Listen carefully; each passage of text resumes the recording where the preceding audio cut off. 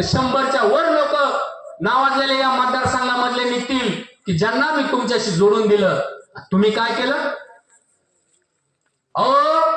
ज्या रणजित उडानला जो आज आपल्यामध्ये नाही मी तुमच्याकडे आणून दिलं, त्या रणजित उडानवरती तुम्ही 353 दाखल केली आणि तुम्ही त्याला आदेश दिला की त्याच्या वाड्यामध्ये जाय आणि त्याला गाडीमध्ये बसून आणा, तीर्थपुरी चौकात गाडी उभा करा, त्याला गाडीच्या पाठीमागे बसवा आणि नंतर त्याला पोलीस स्टेशनला घेऊन जा. मी चिंचखेडला होतो तुमच्या सोबत आणि मी तुम्हाला घनसावंगीपर्यंत विनंती करीत होतो की साहेब मी त्याला पक्षामध्ये आणले, तुम्ही हे करू नका, हे चांगलं नाही. त्या उडान फॅमिलीचं सगळ्या तालुक्यामध्ये नाव आहे. मी खूप विश्वासाने शब्द देऊन त्यांना आपल्याकडे आणले, तुम्ही माझं ऐकलं नाही.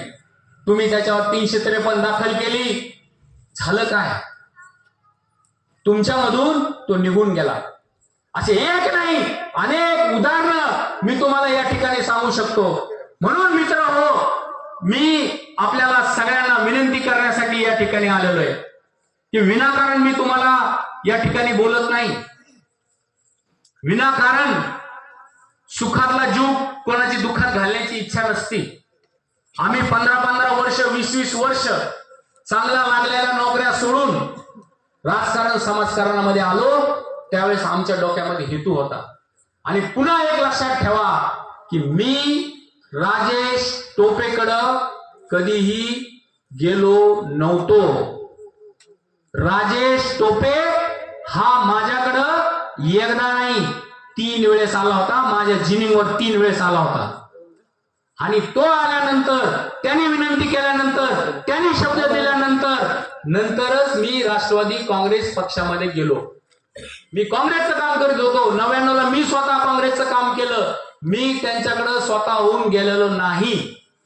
राजकारणात अरे मिळेल नाही तर नाही मिळायचं, काही घेणं देणं नाही त्याच्याशी. आम्ही शेतकऱ्याचे पोर आहे. आमच्या मनगटावर आणि आमच्या कष्टावर विश्वास आहे. आम्हाला या सत्तेची आणि या पदाची अजिबात गरज नाही. पण जे खरं आहे, जे लोकांच्या समोर मांडलं पाहिजे, जे बोललं पाहिजे, त्याच्यासाठी वाटेल ती किंमत मोजून आम्ही लोकांच्या समोर मांडू, लोकांना जागा करू आणि लोकांना चांगल्या मार्गावरती या ठिकाणी घेऊन येऊ. जे अर्धवट ज्ञानामध्ये बोलतेत ना, त्यांना माझी विनंती आहे की तुम्ही आधी सगळ्या गोष्टीची माहिती करून घ्या. आज जयमंगल जाधव ही वेदना या ठिकाणी मांडतोय. माझ्यासारखे शेकडो कार्यकर्ते त्या संघटनेमध्ये दबलेले, माझ्यासारखे हजारो कार्यकर्ते ज्यांचं आयुष्य यांनी या ठिकाणी बर्बाद केलेले. आणि जे आज कालचे जे पोरं आले तर जे उड्या मारतात ना सोशल मीडियावरती, 1 वर्षानंतर 2 वर्षानंतर तुम्ही जाऊन त्यांना विचारा की तुमचे काय हाल आहेत म्हणून. मित्रहो, या मतदारसंघाची वाट लावण्याचं काम खऱ्या अर्थाने या नेतृत्वाने केलेलं आहे. आणि हे नेतृत्व गाडल्याशिवाय, संपवल्याशिवाय आणि यांना हरवल्याशिवाय या भागाचा विकास होणार नाही. आणि त्याचसाठी मागचे 10 वर्ष जीवाचं रान करून प्रचंड कष्ट घेऊन लोकांच्या सहवासामध्ये राहून लोकांच्या वेदना समजून घेऊन या ठिकाणी काम करण्याचं काम हे डॉक्टर हिकमतदादा उडान या ठिकाणी करत आहे. अतिशय सरळ, सज्जन आणि समजदार हा माणूस आहे.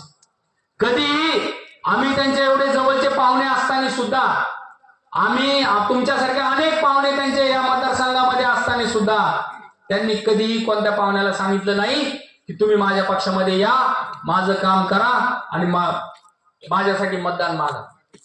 एवढं विनयशील आणि चांगल्या संस्कारात वाढलेला हे नेतृत्व तुम्हाला आणि मला या ठिकाणी मिळालेले. आणि म्हणून मित्र हो, या नेतृत्वाला जपण्याचं काम, वाढवण्याचं काम हे तुम्ही आणि मी या ठिकाणी केलं पाहिजे.